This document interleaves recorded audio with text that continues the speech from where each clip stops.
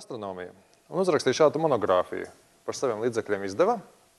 Viņam interesē jautājums, ja reiz ir pasaules ēters, kā toreiz domāja, kurā izplatās visi viļņi, ja, tad vai nav nekāda pretestība planētu orbītām, ka planētas kusta šajā ēterā, vai viņas nebremzējas, vai nenokrit galvā uz Saules, kāds ir iespējams, viņš domāja. Un viņš izdomāja, ka ir pretējs spēks tam ētera pretestībai. Mēs, protams, tagad zinām, ka ēters neeksistē, bet viņš izdomāja pretēju spēku. Un viņš izdomāja to, ka, ja planētas virsma dienā sakarst, tad vakara pusē tā siltā virsma izstaro infrasarkano starojumu, kas stumj planētu uz priekšu pa orbītu. Īstenībā ļoti loģiski, un viņš izgudroja tādu Jarkovska efektu. Ilgi pirms par tādām lietām domāja profesionāli astronomi, bet viņš bija aizmirsts, un viņu īstenībā atcerējās tikai igauņu astronoms Ernsts Opiks, arī gan arī laika biedrs Jarkovskim, kurš viņš gan nodzīvoja stipri ilgāk. Tad Opiks bija lasījis šo te pamfletu un atcerējās par to, tad, ka viņš sāka pats spēdīt asteroīdus.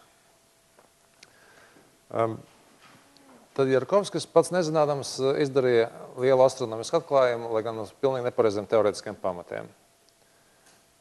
Tā kā ētera nav. Lūk, šeit ir nosūkts no interneta, tāpēc, ka visi attēli manā prezentācijā, es neatsaukšos uz avotiem, tāpēc, bet Jarkovska efekta tāds grafisks attēlojums. Ja asteroīds riņķo ap Sauli pa savu orbītu, un šādā, ja no ziemeļiem skatāmies, tas notiek šādā virzienā, un ja griežas tādā virzienā, kā Zeme griež ap savu asi, tad, protams, dienā sasilst. Virsma sasilst, atkarībā no rotācijas ātruma, no albedo un tā tālāk, var sasilt pat līdz kādiem 100 grādiem. Un vakarpusē, tad, kad pagriež jau tādā virzienā, tad infrasarkanais starojums aiznes arī kaut kādu impulsu kosmosā un dot to asteroīdam nelielu tādu stumšanas spēku pa orbītu uz priekšu.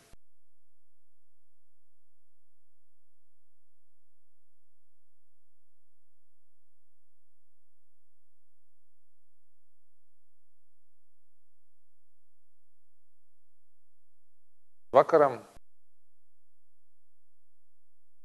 bet ir attēlot tas, kas ir svarīgi priekš šī Jarkovska efekta.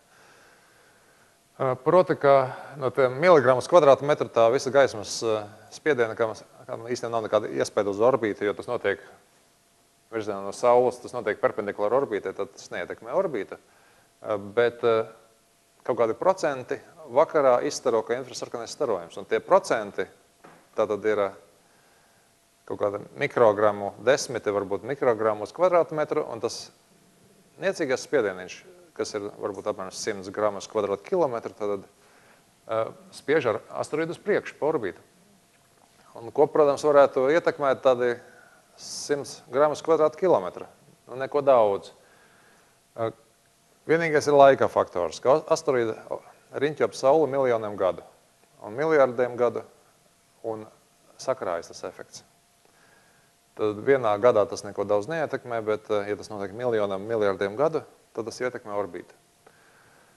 Ja asteroīds riņķo ap savu asi, tas ir grīzajā virzienā. Ja rotācija šāda, tad vakara puse ir šeit. Un tādā gadījumā starojums notiek orbītas virzienā, un tas pretdarbojas šai orbitālai kustībai, tad orbīta tiek bremzēta. Un tāda asteroīda galu galā nokļūst Saulē. Tāpēc arī tāda asteroīda stipri mazāk. Atkarībā no rotācijas virziena, tad notiek vai no orbitas evolūcija uz iekšpusi vai uz ārpusi. Kā mēs tālāk redzēsim, tas efekts ir nozīmīgs un pat nozīmīgāks nekā gravitācijas efekti bieži vien.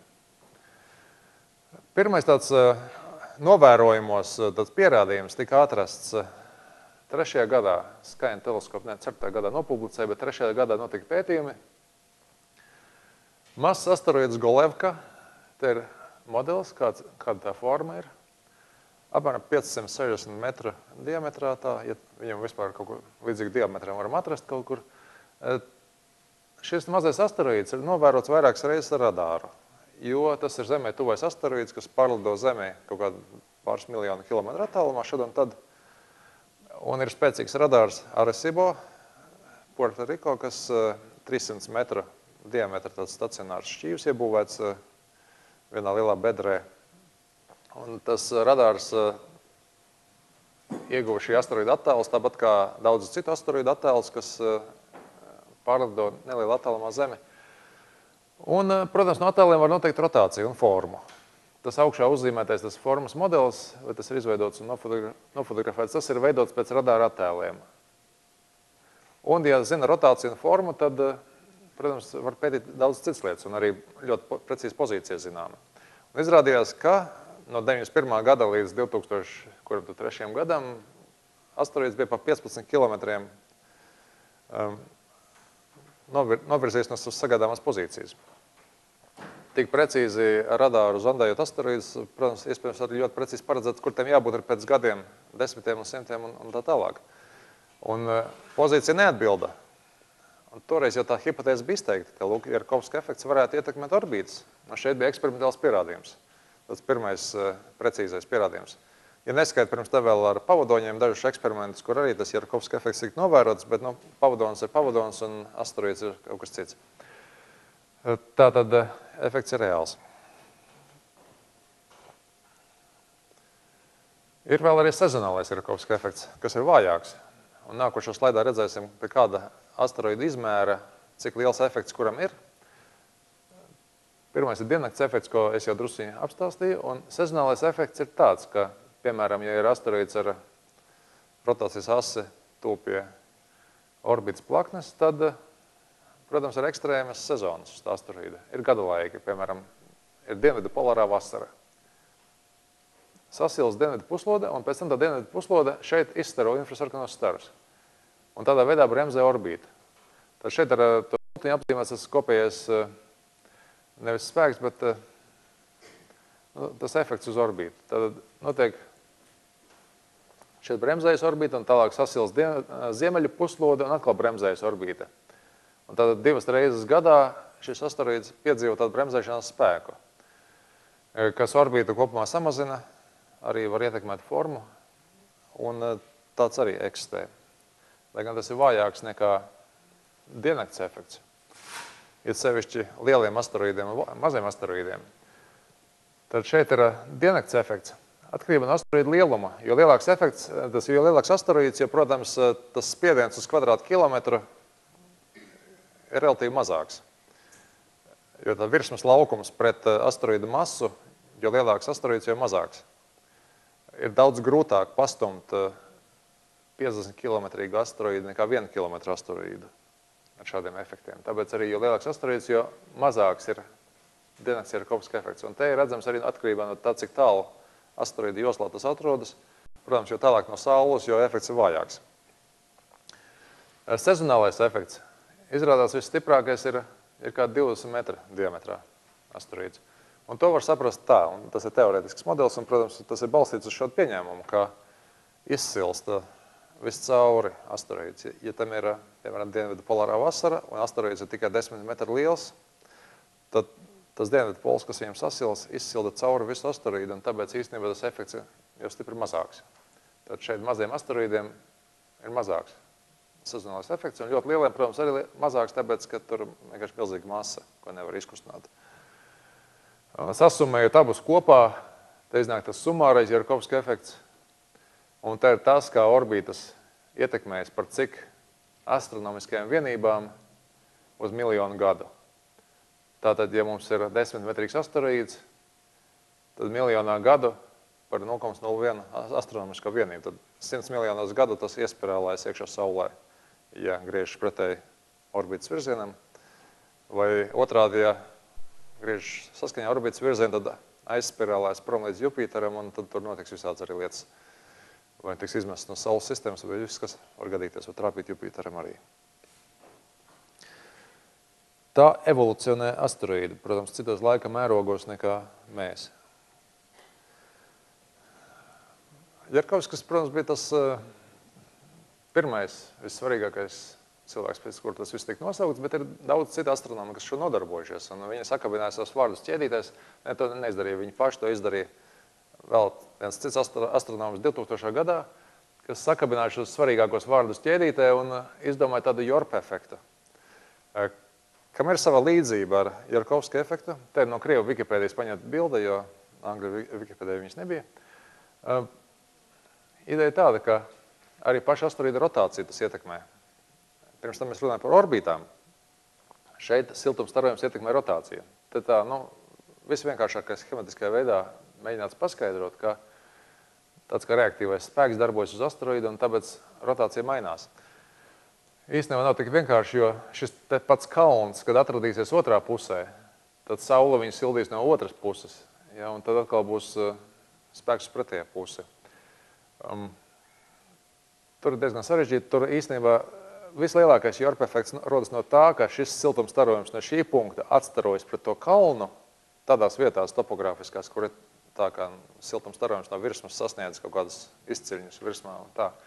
Un tad rodas reaktīvais efekts, ka siltums starojums no šejienes atsitas pret to kalnu un aiziet kosmosā, tādā veidā dod to reaktīvo efektu. Jo tas, kas notiek šeit, nenotiek otrā pusē, kur virsma ir izliekta. Tad Yorp efekts ir drusku tāds eksotiskāks un matemātiski ļoti grūti reķināms. Atkarīgs arī no albedo, protams. Ja mums šeit ir kalns melns un pārējais ir balts asteroīds, tad atkal būs pilnīgi savādāk. Infrasarkanais starojums būs spēcīgāks, jo tas melnais kalns vairāk sasils saulē. Un tad, protams, arī jāpieskata vēl tīrais gaismas spiediens, kas arī ir tāds kā propellera veida asteroīds, arī tas to var ietekmēt. Tad Yorp efekts šeit ir no kartona uztaisīts. Tas ir Golevkas modelis, tā paša asteroīda, ko iepriekš es pieminēju.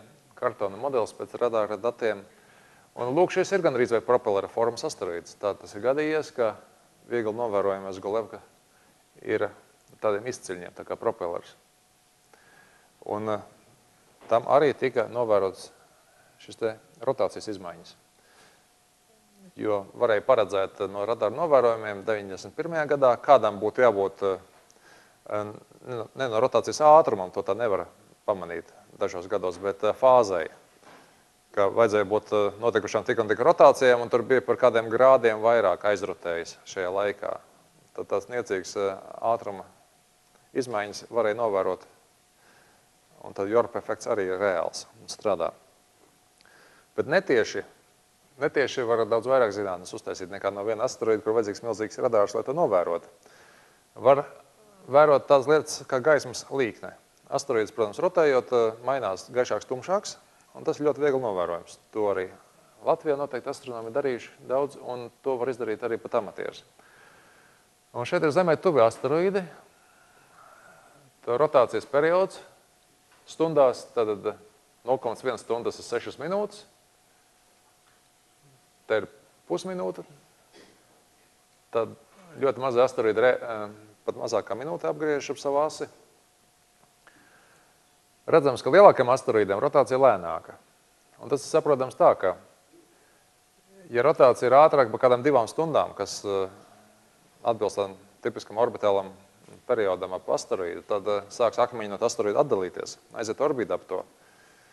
Ja asteroīds griež, teiksim, mazāk kā 2 stundās, tad centribēdas vai inerces spēks, kādu būtu pareizi teikt, ir lielāks par gravitācijas spēku. Un tad asteroīds sāk izjukt. Tad liela asteroīda, kas sastāv no daudziem akmeņiem, kas nav monolīti, nevar rotēt ātrāk par 2,2 stundām. Ar kaut kādiem retiem izņēmumiem, tie, kas izrādās tam ir monolīti. Vai varbūt tie dzelzs asteroīdi vai kas. Mazie asteroīdi, acīm redzot, ir tomēr monolīti. Tāpēc tie spēj būt ātri rotori. Kāpēc mazie asteroīdi nerotē lēni? Tas tieši šī Yorp efekta dēļ, ka maziem asteroīdiem maza masa, un tāpēc tie ļoti spēcīgi izjūt Yorp efektu, un tāpēc nav saglabājuši tādu lēnu rotāciju ar kādiem retiem izņēmumiem, kas varbūt ir ļoti sfēriski, un tāpēc uz tiem neiedarbojas šie propelleru spēki, kas tiem liktu griezties. Tad šeit ir pierādījums, ka Yorp efekts strādā. Tas arī, es atgriezīšos atpakaļ, tas ir ļoti arī svarīgs mehānisms, kā asteroīdi izjūka. Un arī kāpēc eksistē tik daudz bināru asteroīdu. Ka, ja asteroīda rotācija kļūst ātrāka un ātrāka, tam viens no dabiskām evolūcijas veidiem ir, ka tas sadalās divos un kļūst par bināru asteroīdu. ka divi riņķo viens ap otru. Un arī, protams, izjūka un pazaudē regulītu un pazaudē putekļus. Vēl viens tāds netieši novērojums ir šis te orbitāls rezonanses ar Jupiteru. Te ir visa asteroīdu josla, sākot no, te būtu Mars, ja, līdz pat Jupiteram pie 5 astronomiskām vienībām, te visa asteroīdu josla vienkārši pēc skaita, cik ir zinām asteroīdi attiecīgos attālumos. Un līdzīgi, kā mēs zinām, Saturna gredzenavs ir spraugas, tā arī asteroīdu joslā ir spraugas. Asteroīdu josla gan nav tik vizuāli skaista un plakana, kā Saturna gredzena, tāpēc tas spraugas nav tā redzams. Bet spraugas ir pēc puses, no lielās puses. Ja orbīta iedomājas lielo asi, tad pārgriež uz pusēm, tā ir lielā pusas. Un šī lielā puses, teiksim, te ir rezonanse 3:1 ar Jupiteru, kas ļoti spēcīga. Tas nozīmē, ka asteroīds apgriež ap Sauli apriņķo 3 reizes, kamēr Jupiters 1 reizi. Tas nozīmē, ka ik pēc 3 gadiem, saviem gadiem asteroīds satiek Jupiteru. Un katru reizi Jupiters viņu pavelk uz priekšu, teiksim, un tāpēc asteroīda orbīta attīstās un ļoti strauji. Un tāpēc šādā rezonansē asteroīds nevar pastāvēt ilgi. Nekas slikts ar viņu nenotiek, viņš vienkārši tiek drusku pavilkts vai uz priekšu vai atpakaļ, atkarībā no tā, kurā pusē te līnijā viņš gadījās. Viņš aiziet atpakaļ savā ganāmpulkā vai no vienā vai otrā saimē. Tad pēc šīm rezonansēm asteroīds iedala saimēs. Te ir diezgan vāji redzams, kas ir rakstīts, bet tās pašas rezonanses, kas bija iepriekšējā slaidā, iedala asteroīdus saimēs, kas te kodēti pēc krāsām. Un pašas lielākās ir Koronis saime, tad ļoti daudz asteroīdu un diezgan tuvu atrodas. Temis saime un vēl dažas citas, ja, par kurām arī nākošos slaidos paskatīsimies, kā tās ietekmē šis te Jarkovska efekts. Tad viens tāds filozofiski svarīgs pamatojums, kāpēc mums būtu jāinteresēs par Jarkovska efektu. Savādāk ir grūti saprast, kāpēc līdz mums nonāk meteorīti. Ja meteorīts vai tā sākotnējais asteroīds, no kā tas ir radies, ja riņķojas miljardiem gadu, vai, kā mēs tagad no novērojumiem skaidri zinām, meteorīti nenonāk uz Zemes ātri. Dzelzs meteorīti varbūt riņķojuši individuālā veidā apmēram miljardu gadu apkārt Saulē, tā kā maza asteroīdi. Kāpēc viņi nevarat turpināt vēl 5 miljardus gadu un tā tālāk? Kāpēc nonāk līdz Zemē? Agrāk, teiksim, 80. gados uzskatīja, notiek sadursmes. Ja? Tur asteroīdu joslā notiek sadursmes, tas tur izsiet asteroīdus no to orbītām, un tad viņi krīt uz Zemi. Bet tās sadursmes nav pārāk enerģiskas, un viņiem vajadzētu turpināt turpat asteroīdu joslā riņķot. Nevis zaudēt tik daudz enerģijas, lai kristu uz Zemi. Tad tālāk modificējās tā ideja, ka sadursmes rezultātā asteroīds iekļūst tajā rezonanses, tajā spraugā, kā mēs iepriekšējos slaidos redzējām, kur nav asteroīda un kur Jupiters viņu pavelk uz priekšu vai pabremzē mazliet. Bet tādā gadījumā tam asteroīdam vajadzētu piebiedroties ganāmpulkam vai no vienā pusē rezonansē vai otrā pusē rezonansē, bet nevis nākt uz Zemi. Un tagad ar Jarkovska efektu jau pēdējos tā apmēram 10 gados ir samērā skaidrs, ka dominējošais spēks ir tieši šī gaismas iedarbība. Kāpēc mazi asteroīdi krīt uz Zemes un nokļūst pie mums kā meteorīti?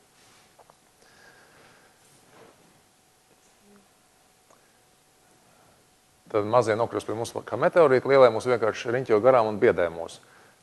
Šeit redzams, ka Zemē tuvi asteroīdi, tā ļoti vājas kvalitātes attēls, bet redzams, ka viņi eksistē. Un mēs zinām, protams, ka Zemē tuvi asteroīdi ir mērām tūkstošos. Kā tie nonāk līdz Zemē? Tas pats jautājums. Ne jau vienkārši sadursmes rezultātā kāds tos stipri pagrūž un tur uzreiz viņi pāris astronomiskām vienībām pieriņķo tuvāk Saulei. Tam būtu vajadzīga kilometra sekundē ātruma izmaiņa, un kilometra sekundē tas tā nenotiek. Asteroīdu sadursmēs tie tipiski kādi 100 metru sekundē. Tad šie efekti ir pamatā asteroīdu evolūcijai, orbita evolūcijai. Te ir viens asteroīds, kurš šobrīd tieši atrodas tajā rezonansē. 5:2 pret Jupiteru, tad 5 reizes apriņķo Sauli, kamēr Jupiters apriņķo Sauli 2 reizes. Un tā ir nestabila rezonanse. Te ir modelējuši zinātnieki tā asteroīda Višeslavija evolūcija. Un vēl daži citi ir mākslīgi pielikti matemātiskā modelī, iedomājoties, ka tas asteroīds būtu drusciņ nost. Te ir 2,628 un tur ir 2,828, 2,829 astronomiskās vienības lielā pusas. Tad, ja tas asteroīds atrodas mazliet nost, tad tā evolūcija būtu samērā mierīga.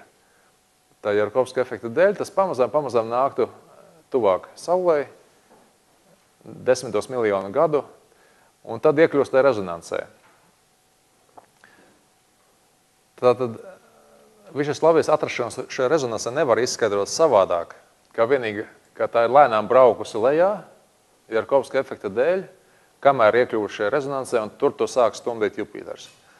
Un tik ilgi tā droši vien tur neatradīsies. Vidējais dzīves laiks tādā rezonansē ir apmēram 10 miljonu gadu.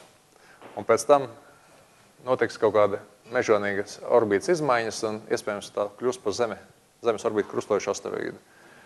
Tās izmaiņas notiks arī Jupitera gravitācijas ietekmē.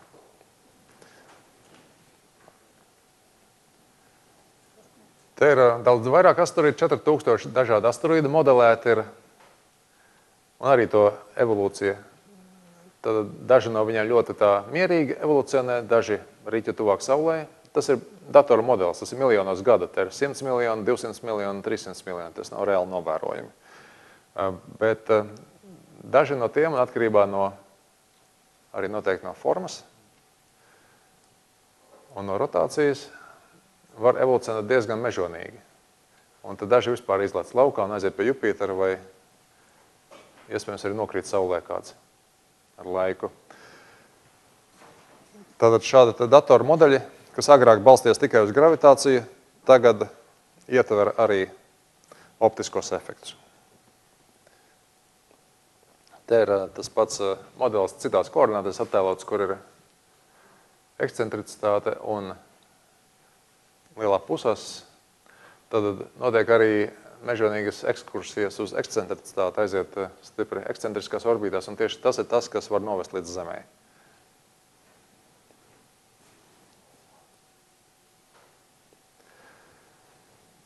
Cita asteroīdu saime parāda to, ka asteroīdi dalās, tad viena saime, kur pēc optiskām īpašībām, tas ir pēc spektrālām īpašībām, ir radniecīga un pēc orbītām, šķeļas divās grupās. Un kāpēc tas tā varētu būt? Tas arī tagad tiek skaidrots ar to, ka viena grupa ir tā, kas rotē pulksteņrādītāju virzienā, un otra pretēji pulksteņrādītāju virzienām. Tad viena no šīm te grupām evolucionē prom no Saules savā orbītā, un otra evolucionē uz Saules pusi. Tad kura apmēram vienāda lieluma grupas, kā tam vajadzētu arī būt pie nejaušā sadursmē radušies akmeņi.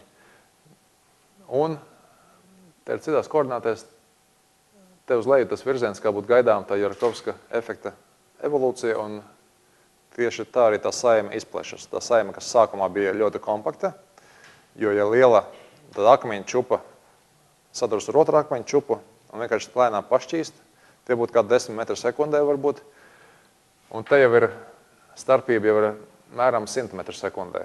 Tad to visu saimi definē, ka tā ir tā grupa, kura neatšķiras vairāk kā 100 metru sekundē orbitālajā ātrumā. Un tas ir noticis apmēram 300 miljonos gadu. Šī te grupas izplašanās no sākotnējā punkta, gandrīz vai vidū, līdz tādām. Bet tie ir lieli asteroīdi, tie ir 10 kilometru lieli. Un šeit ir vēl lielāka asteroīdi 240 kilometri, no kuriem Idu novēroja Galileo aparāts pa ceļam uz Jupiteru. Un šajā te Koronas asteroīdu saimē, tad tikai paši lielākie no Koronas asteroīdiem, novēroja rotācijas. Ar radāru pētot, lai arī tie atrodas tālu, bet tie ir lieli, un ar radāru izpētīja rotācijas virzienus, aptuvenās formas, un secināja, ka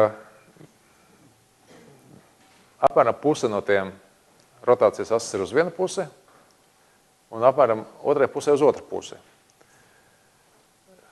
Tie tad sākotnēji ir bijuši tā, ka rotē uz pulksteņrādītāju virzienā vai pretēji, bet šeit ir nākušas klāt arī precesijas un rotācijas orbītas rezonanses efekti, kuri ir pārāk matemātiski sarežģīti, lai es to spētu šodien aptvert pats un izstāstīt jums, bet tas ir materiāls jūsu tālākām studijām, ja jūs vēlaties šos jautājumus pētīt, to, kā šis te orbīts, tas rotācijas asis, nav perpendikulārs ekliptikai, bet nostājušos visus ir vienādi. Un tam ir liels sakars ar ekscentricitāti, ar to, kā miedarbojas ar Jupitera paisumiem šie asteroīdi, kā ar Saules paisumiem, un, protams, gan Jarkovska, gan Jorpa efekti.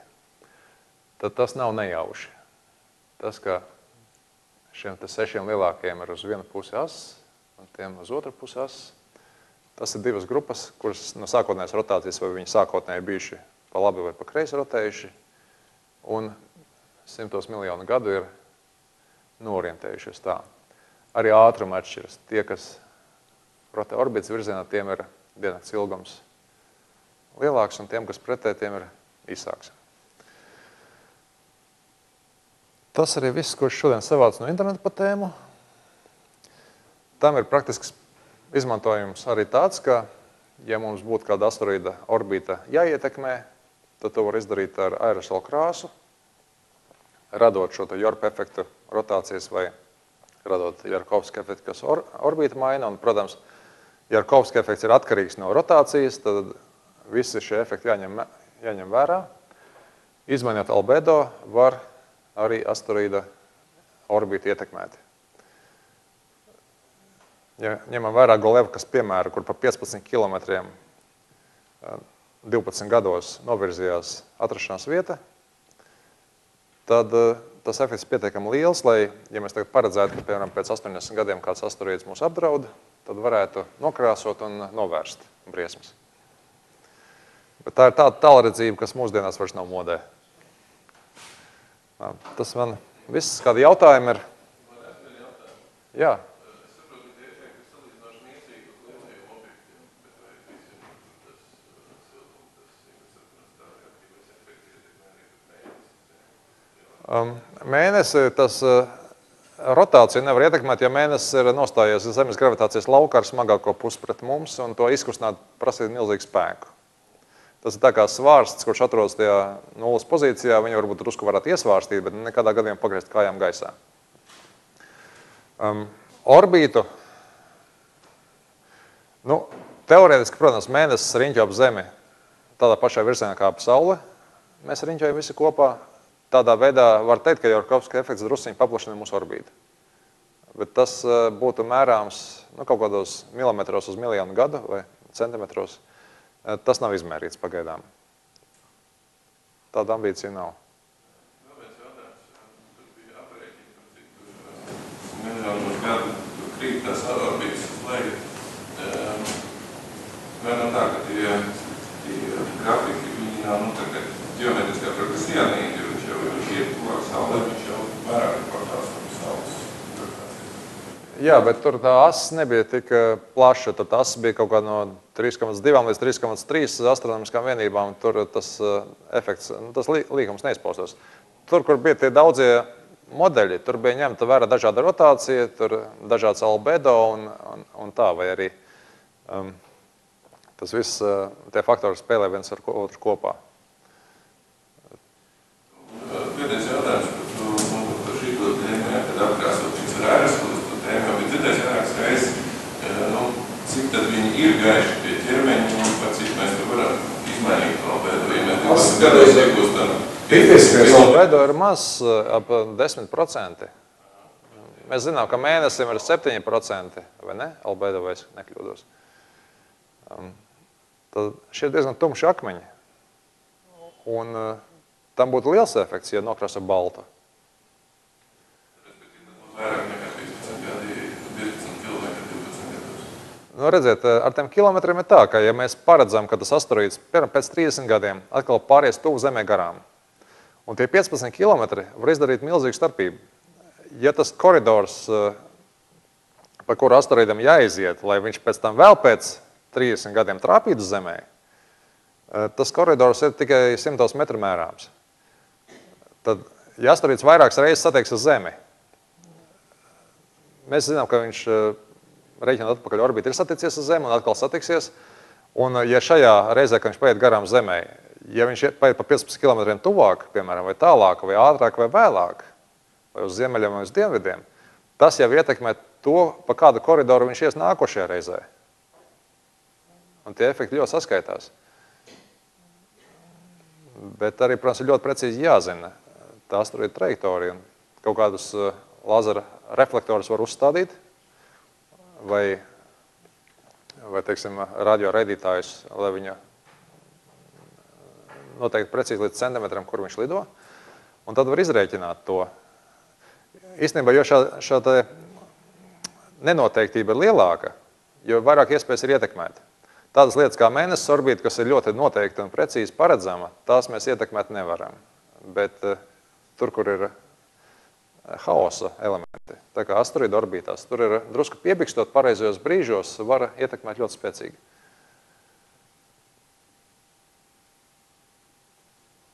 Un arī ar 500 metru asteroīdu pietiek, lai lielu postu izdarītu. Tā kā. Jo mazāks, jo tā krāsa arī būs efektīvāka. Ar kādu ātrumu viedot ap Sauli rotē asteroīdu? Asteroīdi riņķo tālāk pa Zemi. Zeme apmēram 30 km sekundē. Ja? Un asteroīdi tālāk, protams, riņķo lēnāk. Jupiters...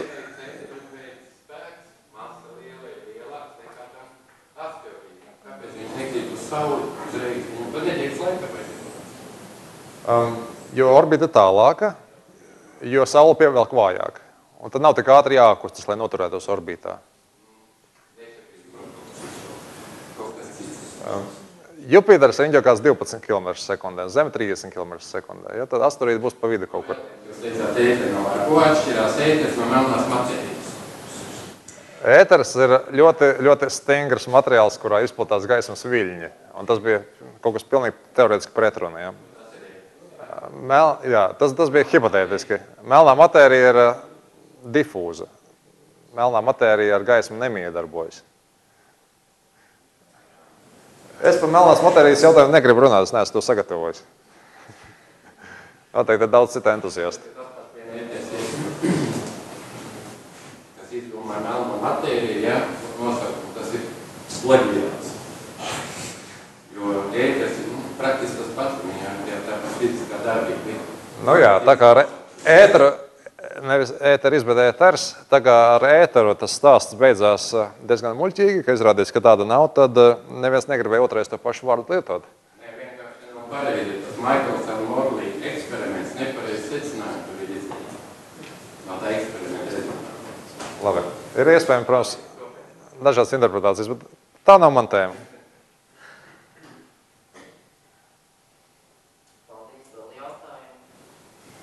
Es vienīgi gribēju piebilst, ka Jānis Jaunbergs aptaujas dalībnieku vidū tika atzīts par labāko autoru uz Rēķinu pēc dienas. Paldies!